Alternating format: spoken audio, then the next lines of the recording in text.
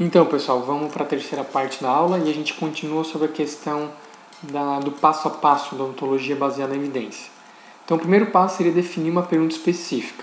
Tá? Para a gente poder realmente realizar bem, fazer uma boa pergunta, a gente precisa considerar aí 3 aspectos: a população, a intervenção ou exposição e o desfecho. Ou seja, primeiro a gente tem que definir para quem que a gente vai fazer essa pergunta. Será que a gente vai realizar para idoso, para criança, para jovens, para estudantes, enfim, definir para quem vai ser feita a pergunta.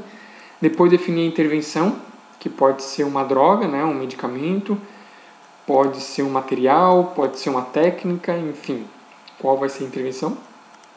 E por último, o desfecho, que é justamente o resultado que a gente espera então dessa nossa pesquisa.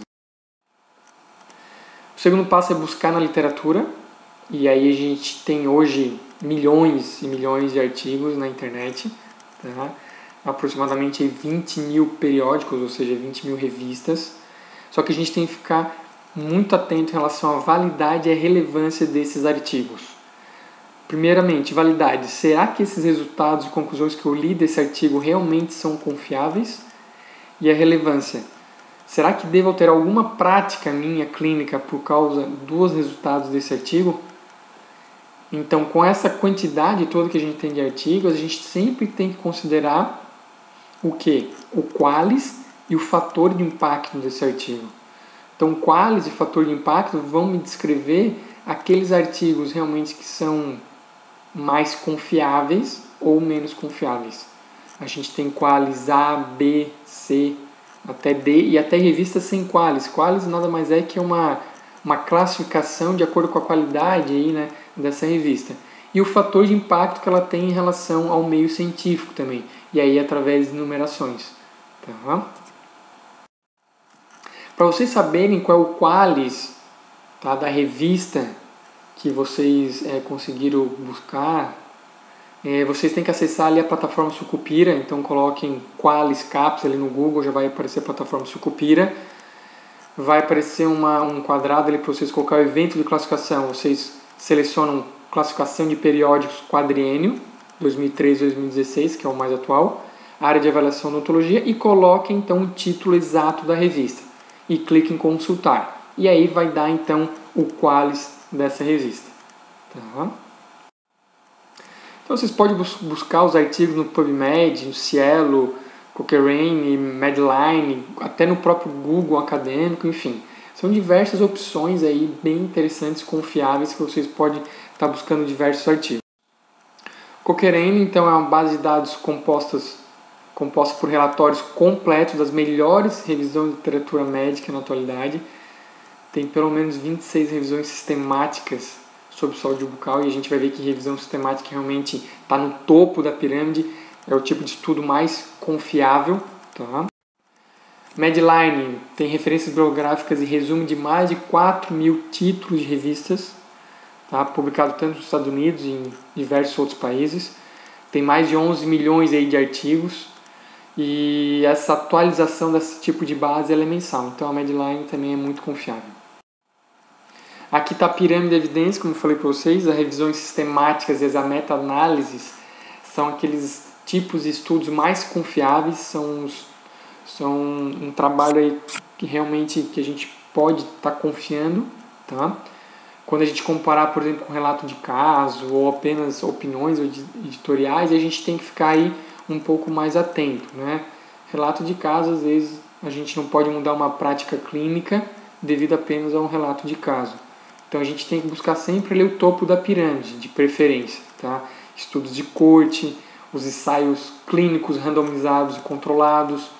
Então todos esses tipos de estudos são realmente mais confiáveis para a gente poder tirar uma conclusão a respeito do que a gente está pesquisando.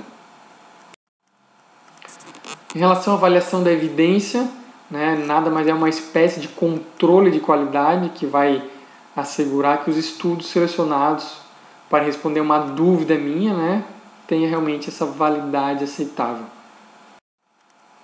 E por último, a ação baseada na avaliação da evidência externa significa que para a gente ter uma evidência externa, poder realmente influenciar na nossa prática clínica, ela tem que ser válida e tem que ser relevante. Ou seja, válida significa que grande probabilidade desses resultados estarem corretos, desses resultados que a gente viu nesse artigo, e relevante tem que trazer um benefício aí bem importante para um número grande aí de pacientes. Tá? Então, como eu falei para vocês, às vezes um relato de caso que às vezes tem um paciente, né, a gente não consegue ter uma relevância tão grande.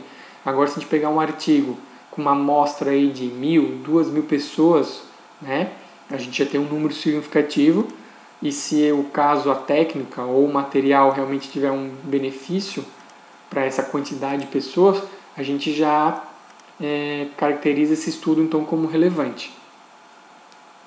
Em relação à probabilidade dos resultados estarem corretos, a gente vai analisar bem a questão da metodologia também. É na metodologia que a gente vai ver se realmente esses resultados eles podem estar corretos. Se a gente fez uma metodologia muito bem realizada, né, muito bem explicada, provavelmente aqueles resultados são confiáveis. Só para a gente finalizar então essa primeira aula nossa, a gente vai sempre ter algumas barreiras na odontologia baseada em evidência, como a questão da dificuldade de interpretar as estatísticas, que às vezes é complicado mesmo a questão dos resultados e as estatísticas. Ainda se tem um conceito de arte ao invés de ciência, né, na odontologia, e a gente, antes de ser uma arte, a nossa profissão é pura ciência. E tem realmente a falta de evidência de boa qualidade para muitas questões clínicas ainda. Nessas situações, o clínico ainda tem que se basear no quê? Nos seus conhecimentos sobre os mecanismos das doenças e no funcionamento do organismo, que eu falei para vocês, na experiência clínica e na questão de cultura médica para a gente poder tomar todas as nossas decisões clínicas. Esse livro é um livro que vocês encontram na biblioteca, é onde eu utilizei para montar basicamente toda essa aula, então eu sugiro que se vocês quiserem se aprofundar nesse tema, podem pegar esse livro na biblioteca. Finalizar aqui só com um exercício, tá? Na verdade esse não vale nota, eu vou passar depois um outro explicando, mas esse é só para título de curiosidade.